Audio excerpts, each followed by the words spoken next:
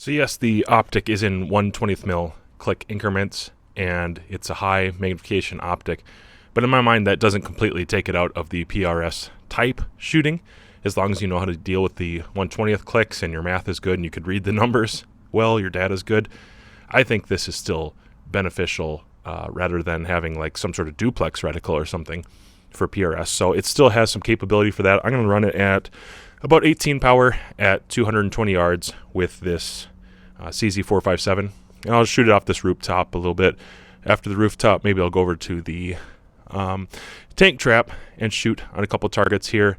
But the reticle is going to do what it's supposed to do. So even if I don't dial and I just want to hold, it's going to do what I'm used to, and it won't be that different, other than the ability to go very, very high or very, very low in the magnification.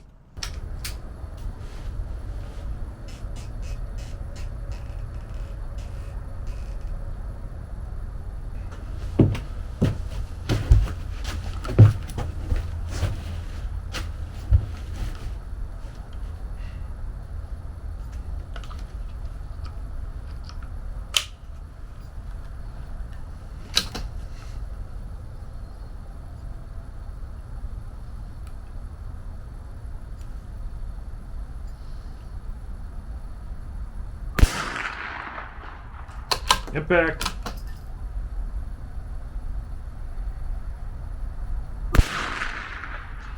Impact.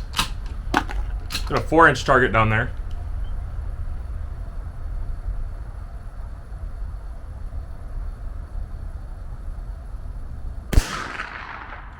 Just off the left edge.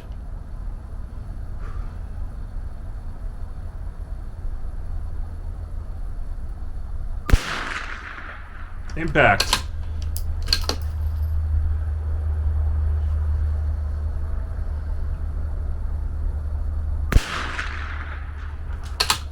Impact. It's not too difficult.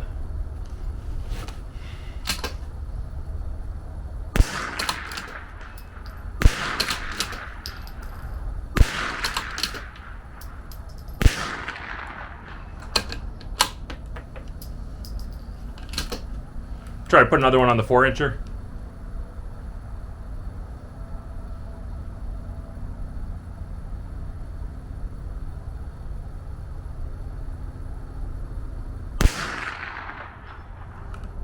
Hopefully you can hear those. The impacts on the 4-inch are kind of a higher pitch sound. Let's try the tank trap.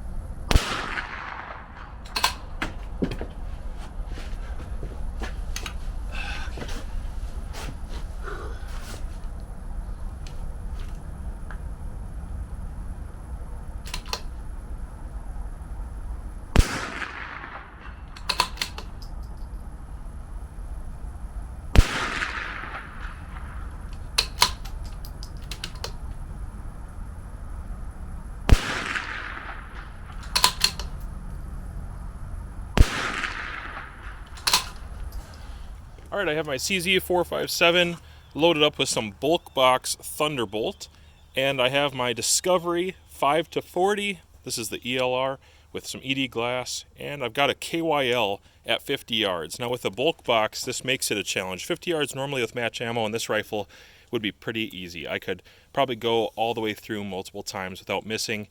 But with bulk box, it is a challenge. It adds another variable, and I kind of like doing it like that. So I'm going to zoom this up to about probably 32 power. Go to the 32 power, get my parallax perfected, and then I'm going to try to run through this and see what the bulk box can do.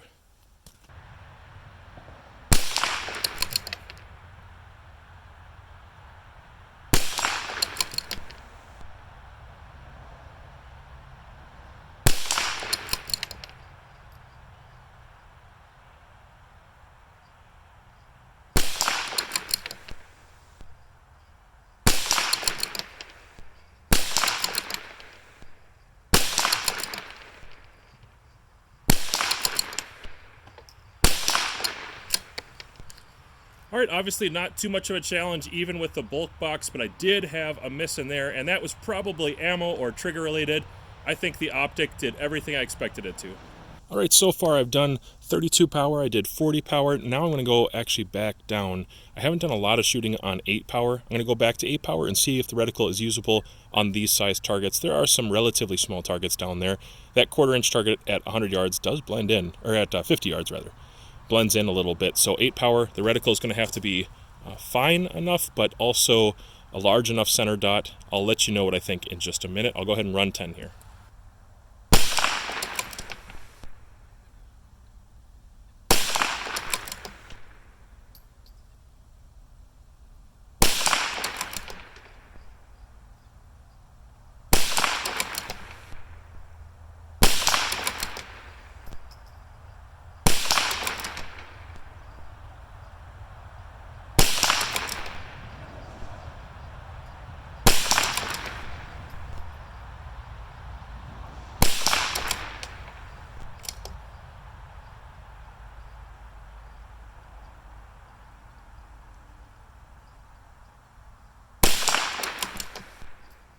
Again, shooting at 200 yards. I'll shoot on that left target there. My data for this with Federal Bulk Box looks like it's 7.9.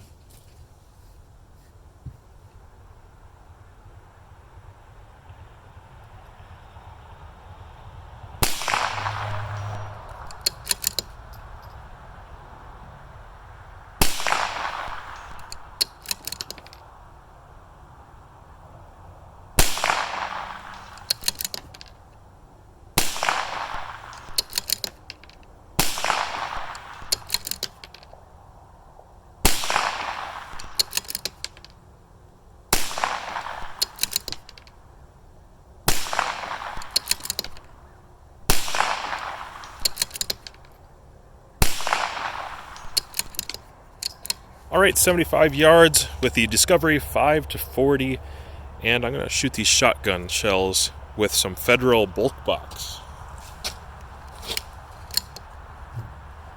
Starting off on the right.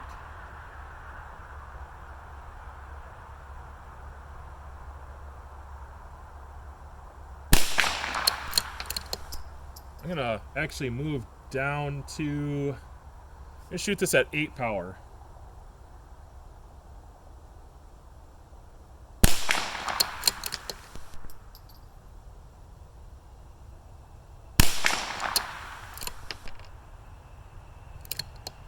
Now I'm going to bump up to,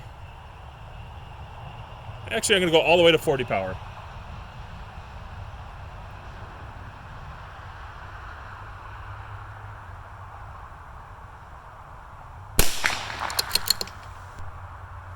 That's crazy. I can see those projectiles flying through the air. That one just missed to the left.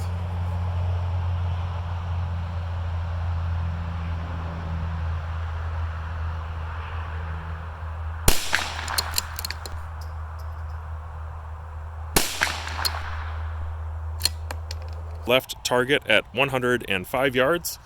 Again with the bulk box.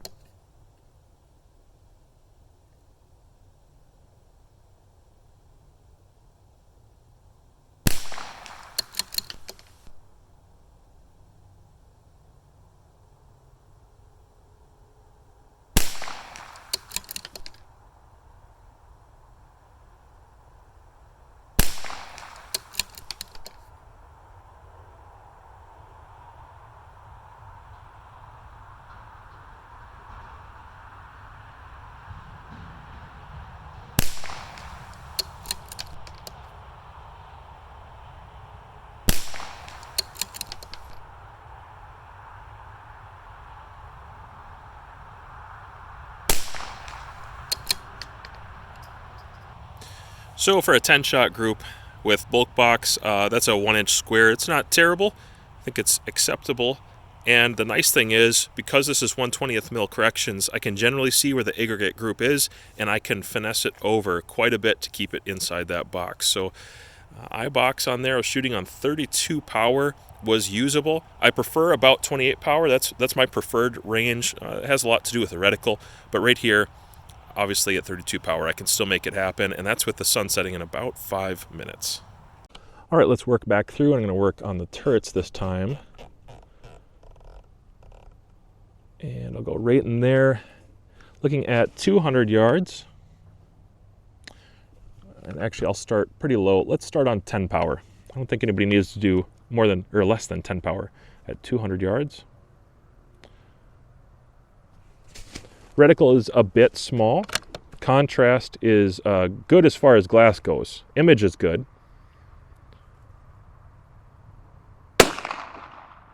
That's an impact. You know, it's not bad. It's definitely usable. It's an impact. It's relatively small. The reticle is, but I can see all of the holdover. I can get all the way down there. And I would say, okay, right there. There's only like a minute before sundown here. Maybe a couple minutes. Yeah, it's probably a couple minutes. At 14 power, I can definitely make out better contrast. I'm shooting against a black target. Impact. Impact. Yeah, 14 power is definitely usable, and I can see the chevron at the very, very bottom. So if I needed to do extreme holdover, this would work just fine for me. Let's bump it up. A little darker now at 20. I noticed it darkening just a little bit, but it's very usable. iBox is not crazy touchy. Actually, it's pretty good, considering this is a 40 power optic. Impact. Impact. I'm just alternating between the two targets there. iBox is not terrible there on 20 power. I can get into that. But I did notice a little bit of darkening. Going up to, let's go right to 32 power. Definitely going to need to refocus it. Image lost a little contrast. Slight distortion can be noticed. But the reticle looks really good. And that's kind of a big deal with these higher power optics. Impact. Let's go to the other one. Impact. Yeah, it's a pretty good image. It is a touchier iBox right there. I do have to stay pretty well centered up behind it. But the reticle looks great, and the center of the glass is pretty decent. Just a slight haze, little darkening of the image, slight loss of color and contrast, it seems like. And now I'm going to go up to 40. iBox is touchy. It is darker.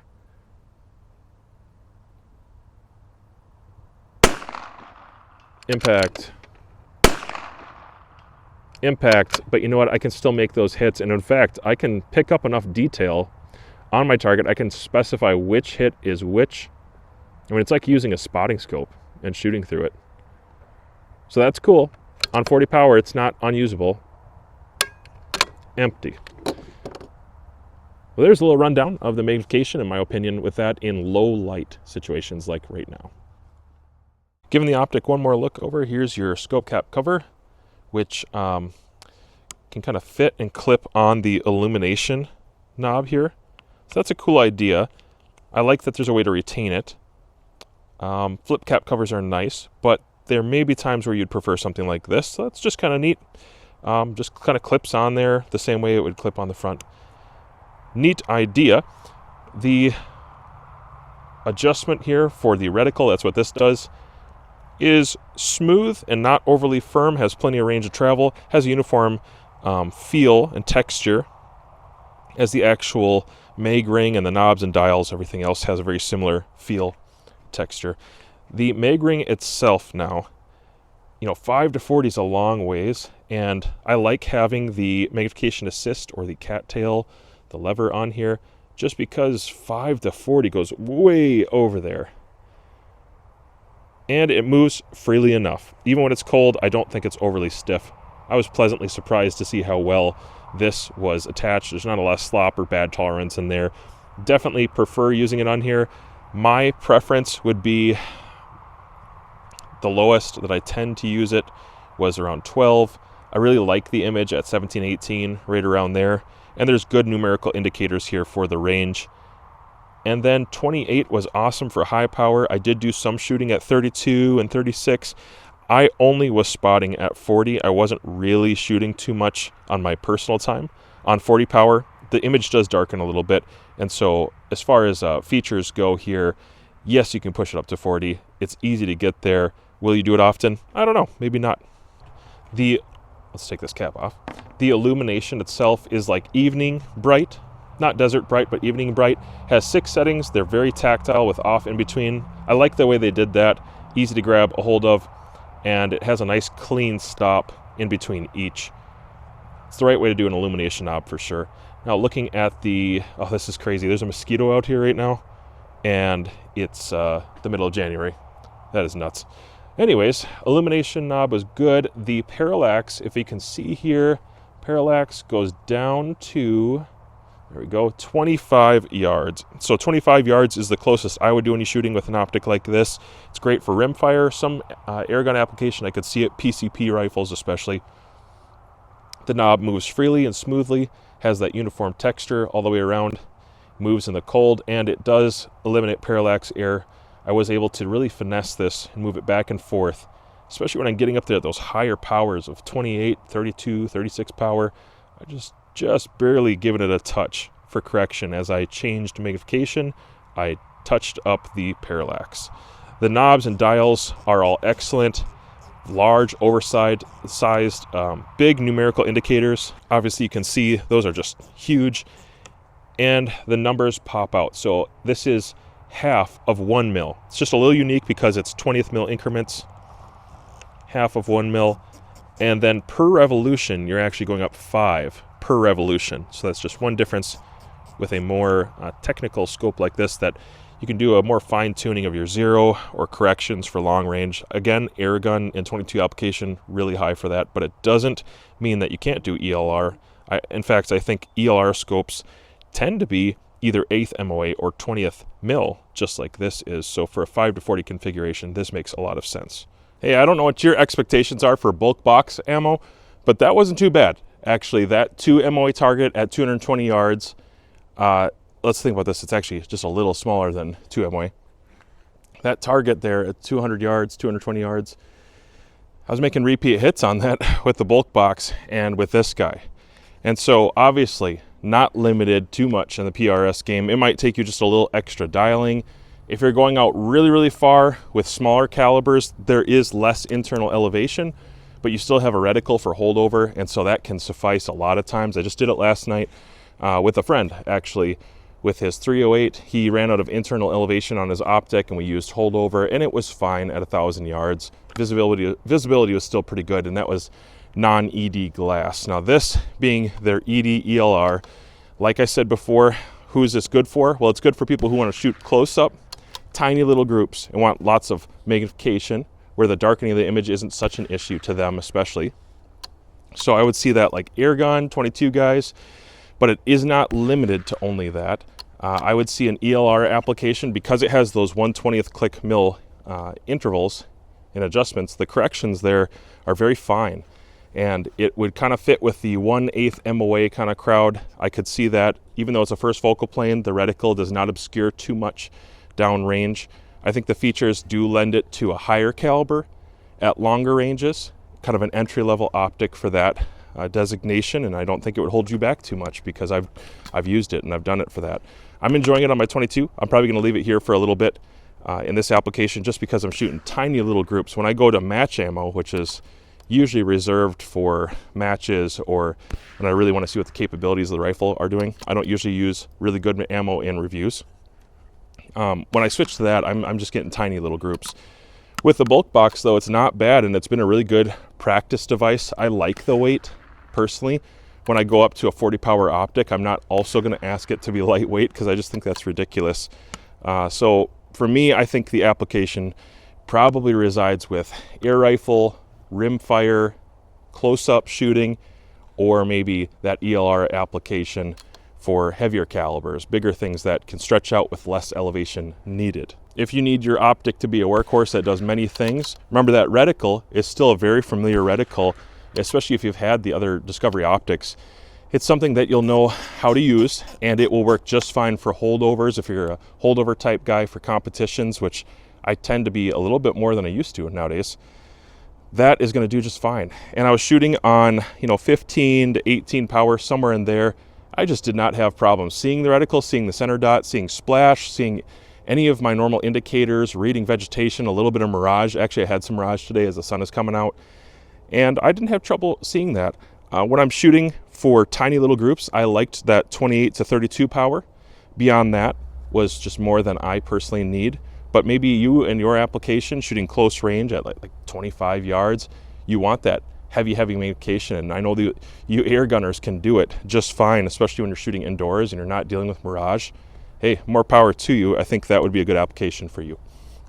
Well, anyways, that's my review of the Discovery ED ELR 5-40 by 56 SFIR first focal plane. Remember, this is a first focal plane. You can find these on Amazon. Please do use my links down in the description. And if this isn't exactly what you were looking for, maybe stay tuned, watch my channel, and hunt around, because there's some other optics from Discovery that I've reviewed, and they might be more in line with what you're looking for.